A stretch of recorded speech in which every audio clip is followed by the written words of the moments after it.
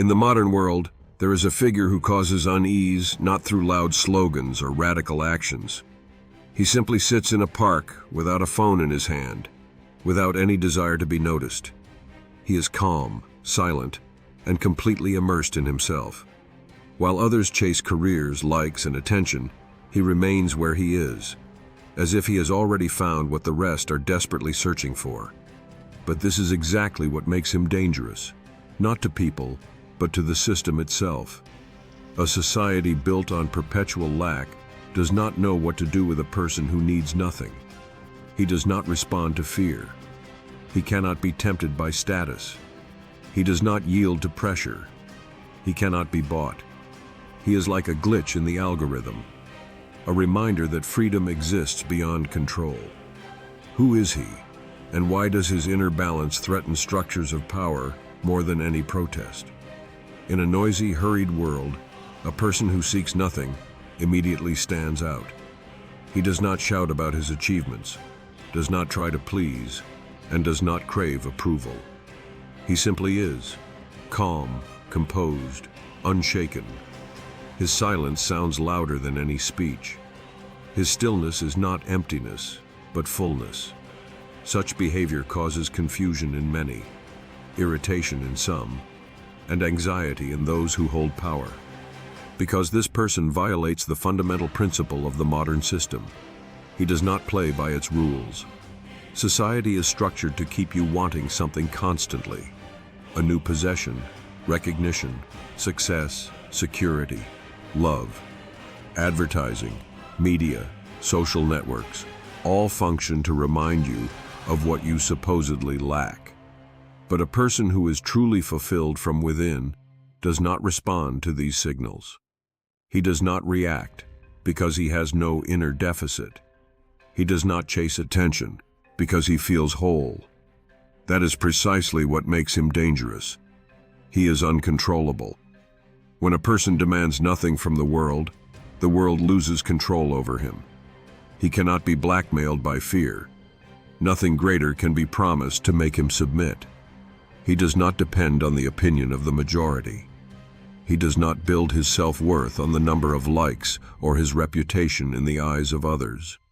In this lies his inner power, and it does not require external validation. Such a person does not reject life. He lives, but on his own terms. He may work, love, communicate, but he does not do so out of fear of being alone or rejected. His actions come not from need, but from awareness. He acts not because he must, but because he chooses. This is not indifference, it is maturity. A person who seeks nothing is not apathetic. He has feelings, goals, and desires. But these desires are not imposed. They are not dictated by consumer culture or the fear of being different. He has learned to distinguish his own voice from the noise of the external world. Such inner autonomy requires great effort. It is not the result of a single decision or reading a clever book. It is a path. And that path begins with refusing to play someone else's game. When a person stops comparing himself to others, stops believing that he is not good enough, he begins to listen to himself. And then, for the first time, he encounters silence. Real silence, not external, but internal. There is no chaos in it, no panic. There is only himself, real. This person is not dangerous in the usual sense of the word. He is not aggressive. He does not seek to destroy or to win. But precisely because he has stepped out from under the power of fear and desire, he has become unpredictable. And unpredictability is frightening. It cannot be controlled. And in that lies his threat, not to people, but to the system. The system is sustained by dependence, by constant craving, by an endless race. And a person who no longer runs disrupts the very structure of this game. He shows others that there is another way, that one can be calm, that one can be whole.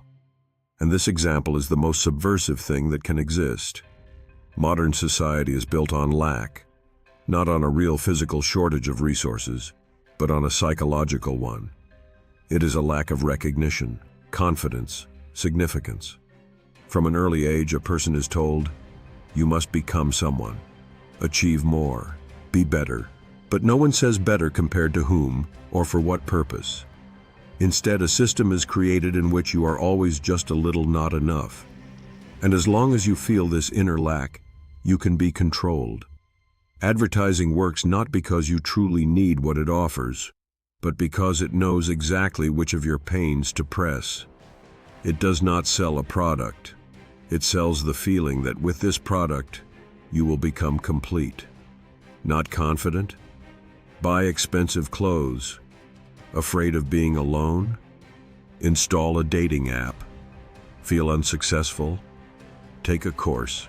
Change your appearance. Increase your productivity. All of this is a constant play on the feeling of lack. Political structures operate on the same principle. The voter must feel anxiety, instability, danger. Then he seeks protection. Then he agrees to control, promises, and salvation. Fear makes a person dependent. He is ready to give up freedom for a sense of security. And those in power know very well how to use this. Social networks amplify dependence on external approval. Likes, views, comments, these have become measures of self-worth. People do not simply post photos or thoughts. They check how much they are liked by others.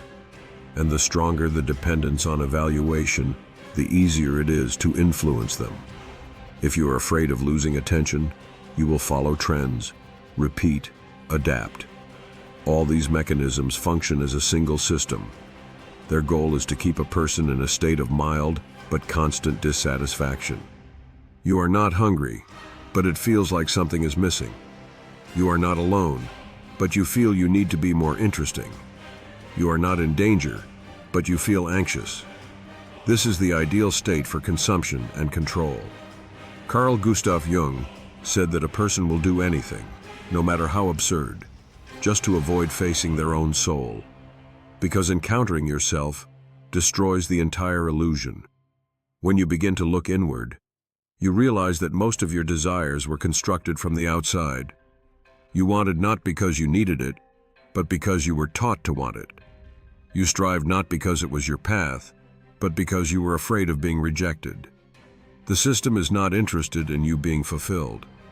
On the contrary, the more emptiness there is inside you, the more reliably it functions. Emptiness is fuel.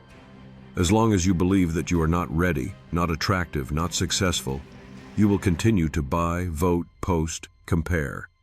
You will do everything just to feel for a moment that you are enough. But the moment you stop believing in this not enough, the mechanism begins to break.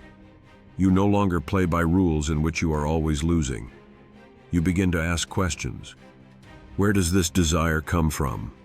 Who benefits from me feeling inadequate? Who profits from my insecurity? The answers to these questions lead to a central conclusion. The system is sustained not by strength, but by your lack. And the moment you stop feeling deficient, you step out from under its control. Carl Gustav Jung called this the process of individuation. It is not just a psychological term, but a profound path of inner transformation. The essence of individuation is to become yourself, not who your parents, school, society, or employer want you to be, but who you truly are in your authenticity and wholeness. But to walk this path, it is not enough to read a book or repeat positive affirmations. You must descend inward and dismantle your personality layer by layer, like an archaeologist uncovering an ancient city buried beneath centuries of dust. The first layer is the persona, a mask we wear to meet expectations. It is the image we present to the world, a smile in an interview, confidence in public, politeness where there is exhaustion inside. The persona is our social costume. We wear it to avoid rejection, to be accepted, not to stand out. But if a person identifies with this mask, he loses himself. He forgets who he is beyond the role. Carl Gustav Jung wrote that the persona is necessary, but dangerous if a person mistakes it for their essence. To begin the path of individuation, one must consciously remove the mask. This is the first step, difficult and painful, because beneath it lies not only the true self, but also everything that has been repressed, rejected, and forgotten. And here begins the encounter with the second force, the shadow. The shadow is the sum of everything a person does not want to acknowledge within themselves: anger, envy, fear, shame, aggression, sexual impulses, selfishness. Society teaches us to suppress these qualities, to consider them bad, dirty, unacceptable. We try to be good, convenient, obedient. And everything that does not fit this image is pushed into the unconscious. But what is repressed does not disappear. It lives within us, influencing our choices, reactions, relationships. Jung warned, the shadow we do not acknowledge begins to control our lives. We project it onto others. We condemn in other people what we refuse to see in ourselves. Only the one who dares to look inward can break this cycle. Integration of the shadow does not mean approving destructive impulses. It means acknowledgement. Yes, this exists within me, and only by realizing this does a person cease to be a slave to what is repressed. Individuation is the path to wholeness, not to perfection. It is not a process of decorating the personality, but a process of returning to oneself. It is an honest dialogue with oneself. Who have I become? Who was I pretending to be? Whom did I fear within myself? And who could I become if I stopped being afraid? This is inner work. Silent, heavy, not always rewarding, but absolutely necessary. A person who goes through this path changes on a deep level. He becomes less controllable because he no longer needs approval. He stops playing roles because he is no longer afraid to be himself. He knows that within him there is both light and darkness, and he accepts it. And in this inner honesty, a strength is born, not ostentatious, not aggressive, but calm and stable. This is precisely the kind of strength the system fears, because a person who has become whole steps beyond its influence. He is no longer a mask, he is a person. The world we live in is governed by two main levers, fear and hope. These mechanisms have been known to those in power since ancient times. Niccolò Machiavelli wrote directly, "If a person fears punishment, he obeys. If he hopes for a reward, he agrees." This is not a philosophy of humanity, it is a strategy of control. The more a person depends on external stimuli, the easier it is to control them. They will do what is expected of them, just to avoid pain or obtain what they desire. A person who stops being afraid and stops hoping steps outside this scheme. He does not live by the principle of if, then.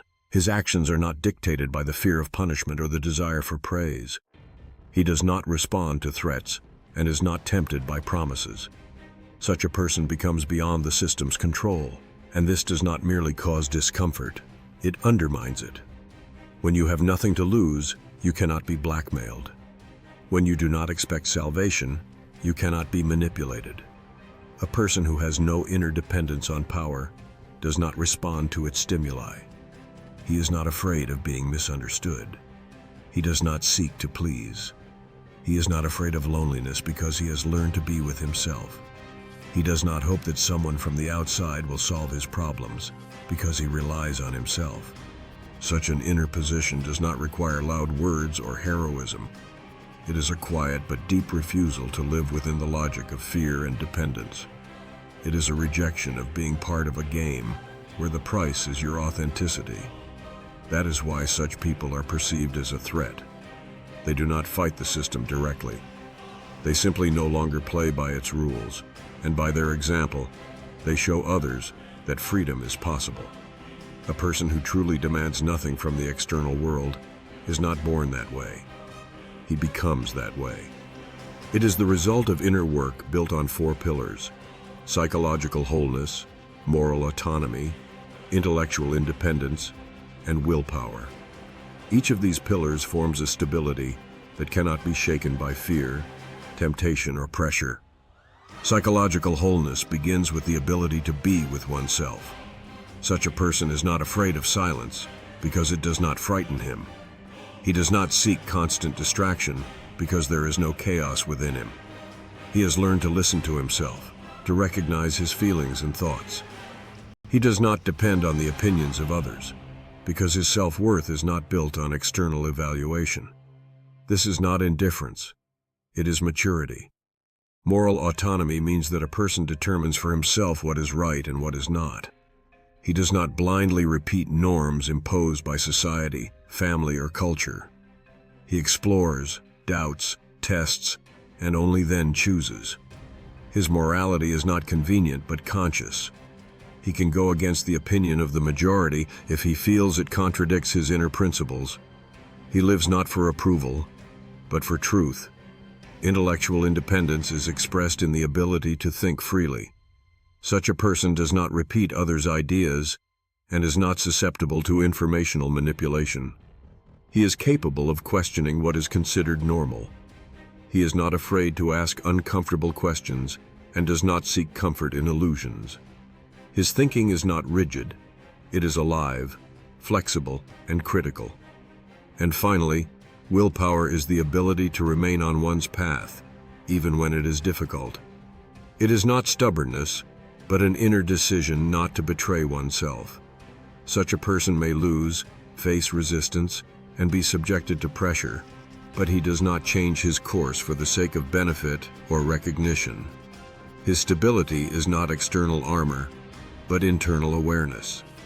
When these four pillars come together, what emerges is not a hero, but a person who is no longer subject to control.